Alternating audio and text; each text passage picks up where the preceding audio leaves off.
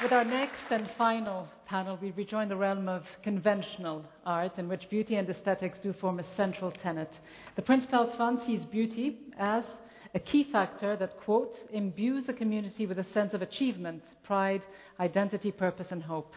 The fund honors cultural actors every year whose work successfully stimulates and enhances the role of beauty in providing inspiration to entire communities. Our two guests are both architects.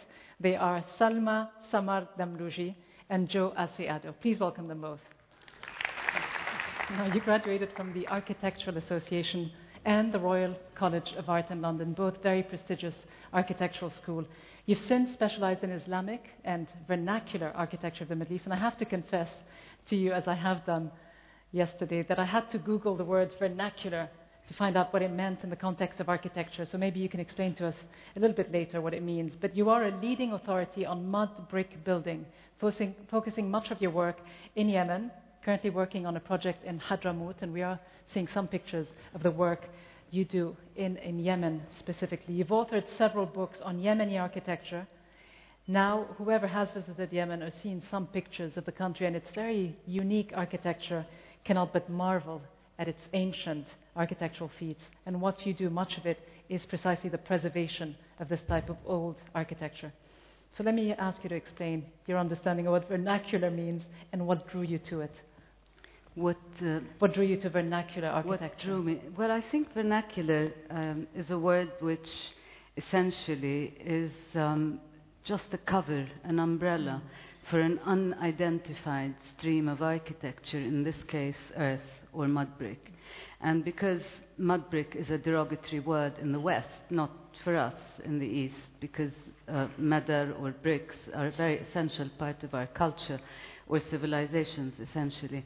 But vernacular essentially becomes this grey area, which refers to anything local, anything relating to the nature, to the natural, to the native, etc. And it also became a loaded word, which is slightly derogatory. But other than that, I think it's just a cover for the other type of architecture, for not the mainstream type. A surprising fact I learned when I was doing some reading on this was that half of the world's population, so over 3 billion people, actually either work or live in mud brick structures. That's correct, yes. Could that be? Yeah. And the amazing thing is that all we read about, all they teach about in schools of architecture is basically cement and steel. Not that there's anything wrong with that, but mud brick and natural resources are the future. They're not the past, as far as I'm concerned. Mm-hmm. And I'm not so much involved in in preserving as much as I'm involved in restoring and altering in order to assist the people and the environments to maintain their beautiful context. And behind you is a mosque, I believe, this was preserved somewhere in Yemen. This was a mosque which actually all the photographs and slides that you saw here are related to projects that I did in partnership with the Prince Claus Fund and with SHARE, with the Cultural Emergency Response. And these were buildings that I was working on, or buildings that got damaged because of the floods that occur, because there are spate floods that occur in Hadramaut quite frequently due to the seasonal rains. And so with SHARE I managed to preserve this mosque in Aynat, in Wadi Hadramaut, and previously there was a mosque in Saha, I believe. And then the first project you saw was a huge project. Also, we were helped with a grant from SHARE to restore it after the first floods in 2006 collapsed a complete section of the area. But we're since working on it, and it's a heritage hotel we're restoring in mud brick. And I'm glad you're doing that, because it is quite spectacular and unique. It's spectacular and unique, but it's very difficult, and you're fighting a war continuously. I mean, it's lovely to be sitting here and glamorizing it all, but at the end of the day, it's a very lonely job. It's an isolated and lonely We'll try to find out more about that, but on a more positive note, Joe. Positive. You too trained at the prestigious Architectural Association in London. You were born in Ghana, returned to live there about 7 years ago, leaving Los Angeles behind. And I read somewhere that your work has been influenced by genus loci. Now, what is it about you architects that you always want to use extravagant words that make our jobs difficult. What on earth or the heavens is Gina Sloppy? Well, we are the greatest dreamers, architects, because what we do, as Salma touched on, is very difficult. But I learned at the Architectural Association the real meaning of this word, where one's ideas or inspiration comes from the site, the context in which edifice or spaces evolve. And moving back to Ghana it could not have been any truer, where the context was so layered in a way, very confusing also. But one had to find the sources of inspiration from within. And so Genius Loci becomes a very important kind of driver for how concepts and ideas could evolve or be initiated. All right, well, my next question to you, well, Joe, how should I put it, has as much to do with politics, art, sociology, as it has to do with beauty. How does it feel to be the only male panelist here tonight? This is my dream, no trust offense me. to Ntoni, but Ntoni is the principal laureate. It feels good. Don't let it get to your head.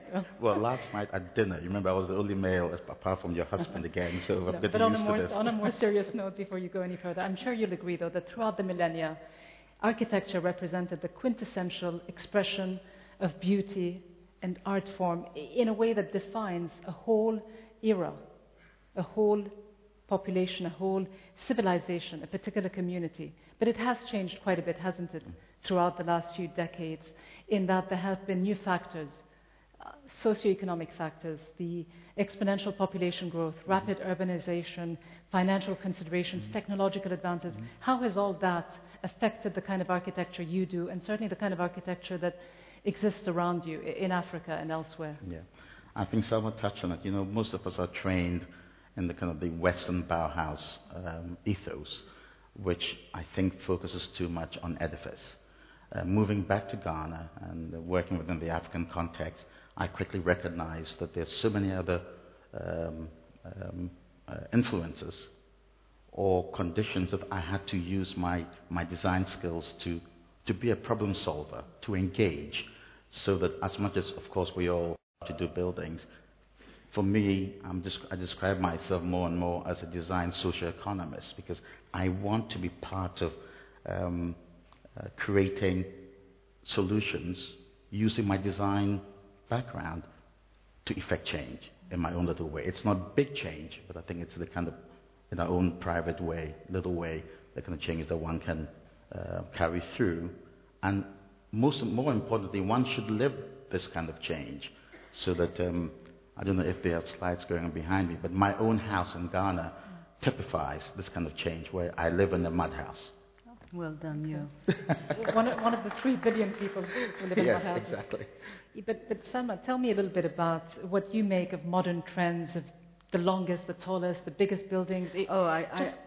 Just taking shape in every conceivable city. Yeah, but the longest, the tallest, and the Guinness World Book of Records, or whatever it's called, is really, as far as I'm concerned, it just does not exist. I refuse to even contemplate or think about it or discuss it or argue it.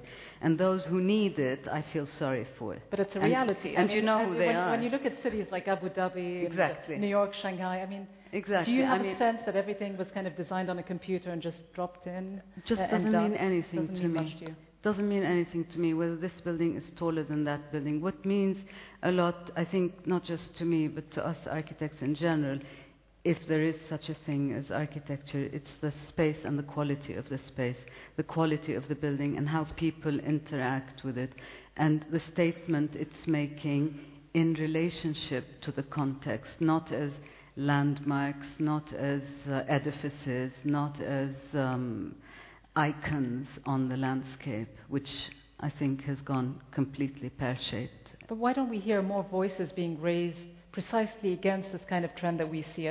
Should architects have more of a moral responsibility to make sure that what is being built is sort of more healthy, more environmental, that it preserves the national identity of a place more than it does today? Or have you essentially taken a back seat to contractors, to people who simply want to build the biggest, the best, the longest? Yeah, the contractors and the governments and most of the prime ministers of the countries I work in are all in on the same thing. It's essentially making money, and there's a huge corrupt ethos, if you like, although it's an oxymoron, but there's a whole system that operates on turning around the money and investing in construction. Everybody builds and everybody invests in construction, but check out how many architects are behind those buildings that are being constructed in that part of the world, and I'm talking essentially of the Arab world, North Africa, all the way to India, you know? So do you get some solace, though? Obviously there's a lot of frustration at how some of these cities are turning into mega cities so quickly, but is there some solace that you get from seeing the places that you're able to preserve in countries like Yemen?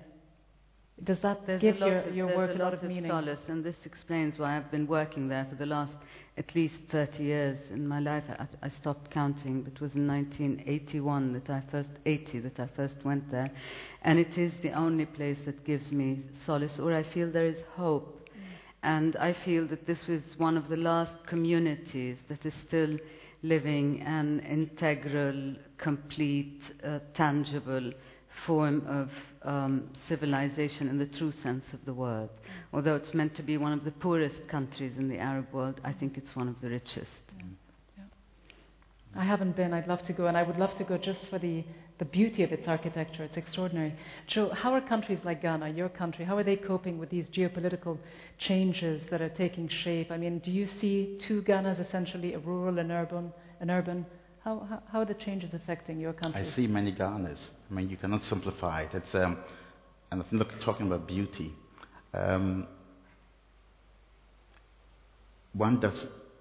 Things are changing so quickly. It's very hard to see the beauty. However, for me, beauty is about the intrinsic. It's from within. So, no matter how modernity destroys the kind of character of a place, one's memory reminds us of the beauty. And I also tell people that beauty is found in the most unobvious places in Ghana.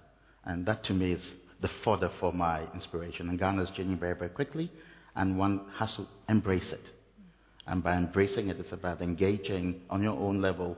You have to be an economic engine and a creative one at the same time. It's that dichotomy or balance that, as an architect, one seeking to find. And it's all very quite positive. You know, we have oil like Azerbaijan.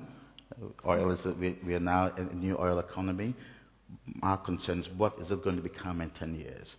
But we as creative people have to be part of the change by not sitting back, but we must engage. We must find our voice and express it in our own unique manner. It will not be given to us, we have to take it.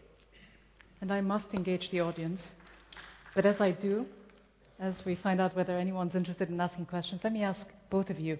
You both went to the same architectural school.